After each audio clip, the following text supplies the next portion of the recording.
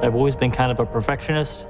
My parents kind of describe me. They say, Joe never colored outside the lines. I've always followed all the rules. When I really got in high school, I began to kind of break out of my shell. Joe was that teen that when you walked in the room, you could imagine pretty much any practical joke. Just super athletic, played sports, had a ton of friends, was always Mr. Popular. People genuinely liked him and liked to be around him. The first time I heard about Life Teen was actually at my high school. Friendship and curiosity is kind of what first drew me to Life Teen. Then as I began to spend more time there and keep hearing this message over and over about this Jesus guy and who he is, I went on this retreat and I began to feel called to the seminary. And so getting this very clear message in prayer that like Jesus is someone who cares about me and who has very particular plans for me in my own life.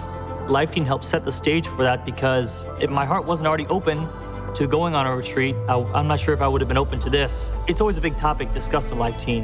There's always life nights on vocations and what that means. I went to Life Teen regularly to pray about it more and more, ask the Lord, like, is this what you want from me? As I began to pray about it more, I began to feel more sure of it myself. Then by the end of junior year, I was pretty confident that the Lord was calling me to the seminary.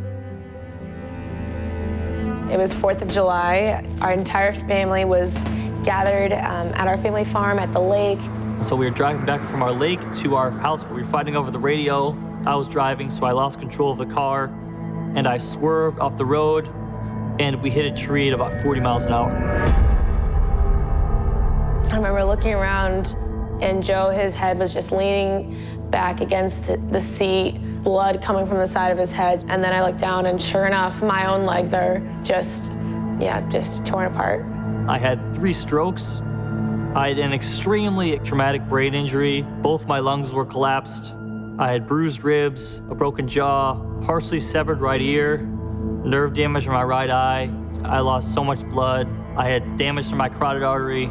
I was just praying and praying and praying, Lord, please, someone help us. Please let someone find us. So the guy who found us, who's randomly driving on this backcountry road on the 4th of July, calls the ambulance. My daughter saved my son's life because she was the only one that could get to his neck because he was getting ready to bleed to death while she was bleeding to death. When they took Joe out, I thought he was dead. He just was dead. At the end of the day, they told us that Joe was likely not to survive the night. Which my husband immediately collapsed.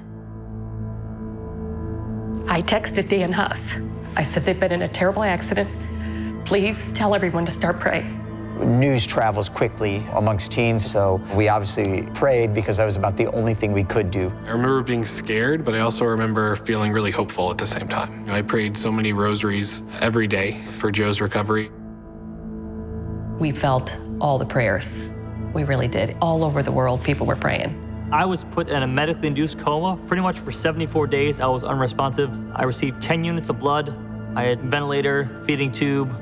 The prognosis was not good at all because the injury to my brain was extremely severe. And they had told us that if all goes well, maybe 6 months, you'll be able to talk to your son. But we need to prepare you that it could be years or you may never ever talk to him again.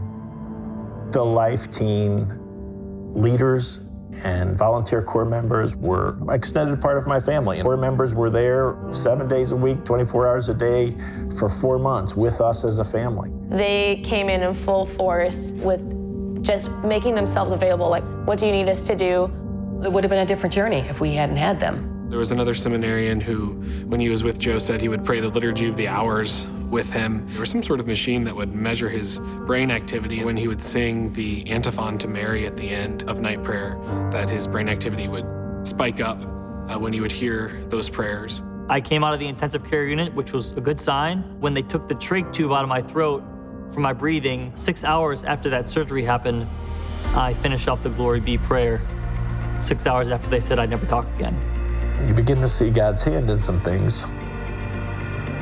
I really do think it was a miracle. They had every opportunity to go the other way and say how terrible this is and why did this happen to me? And I think when you talk to them, what you'll find it's just the opposite. They said God was there for them. And I'm grateful that they had that faith before they hit that tragedy. Thanks to Life Teen. Only Jesus can do that. Only Jesus can take a tragedy like the cross and make it a sign of salvation. So Jesus has used this experience, and he uses it to enrich my life every day. There's not a day that goes by that I don't benefit from the countless hours I spend in therapy trying to learn how to walk again. I think the why question is something that I'm never going to be able to answer, but the more important question is where Jesus is in my suffering.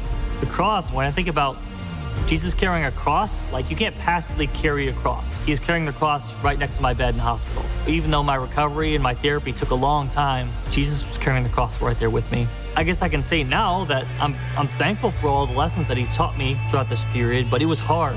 It would have been very easy to just say, all right, like you had this handled, like we'll just stay out of it. But Life Teen instead said, how can we help? Even in very little ways of just being with Joe, even when he's unresponsive.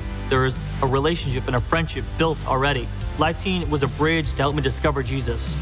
I was in the lowest of lows, and there were still core members that were there with me in that. And just to think about how Jesus used Life Teen to reveal his plans to me and his plans for my life, and how beautiful that was. The art of accompaniment has somebody that says, I understand where you are. I can't make all of life's problems go away, but I can promise you, you'll never be alone as you journey through it. I'll be here with you. The community will be here with you. We hope to be able to reveal to you how God's with you in the midst of it as well.